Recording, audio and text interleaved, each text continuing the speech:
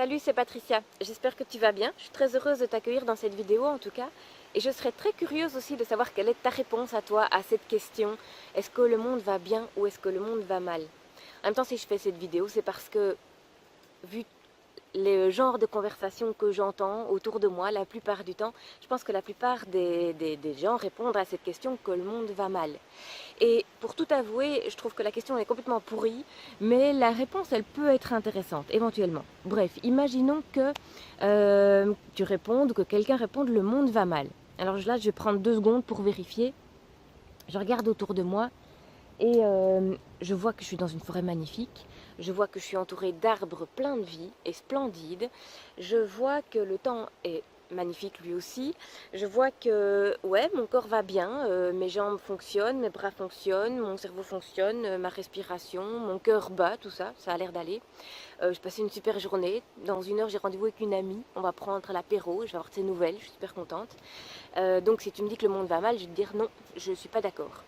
Maintenant, si tu me dis que le monde va bien, je vais un peu élargir mon champ de vision et je sais que en même temps que je suis là en train de faire cette vidéo dans ce superbe cadre, il y a d'autres personnes qui ont peur, il y en a qui sont tristes, il y en a qui souffrent, il y en a qui subissent de violences, etc. Donc non, le monde ne va pas tout à fait bien non plus. Mais c'est une question de verre à moitié vide et verre à moitié plein. Il y a des choses dans le monde qui vont bien, il y a des choses dans le monde qui vont mal.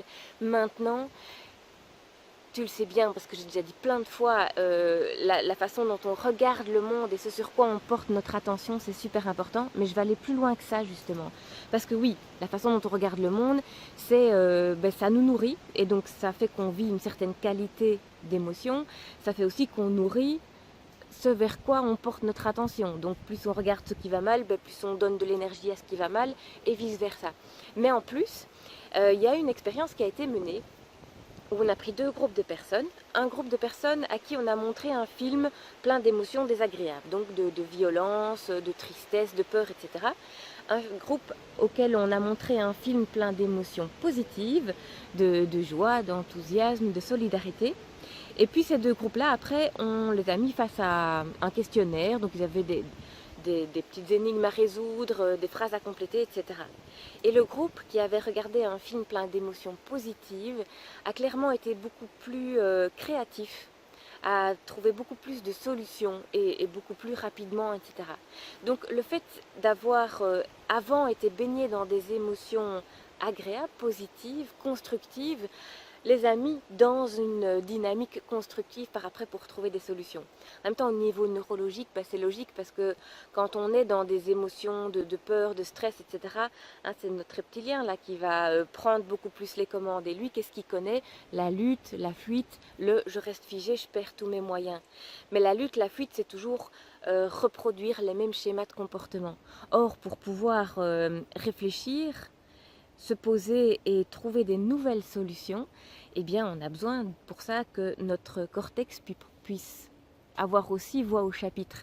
Et pour ça, c'est bien d'être serein. Et plus on est nourri de choses positives, plus c'est lui qui va pouvoir encore plus trouver des nouvelles solutions, des nouvelles idées, etc. Et donc c'est vraiment ce côté spirale positive. La nourrir toujours plus pour encore plus trouver des bonnes idées et donc encore plus avancer dans cette spirale positive. C'est donc une question de choix, c'est toujours une question de choix. Qu'est-ce que tu décides de nourrir et pour toi et pour le monde extérieur?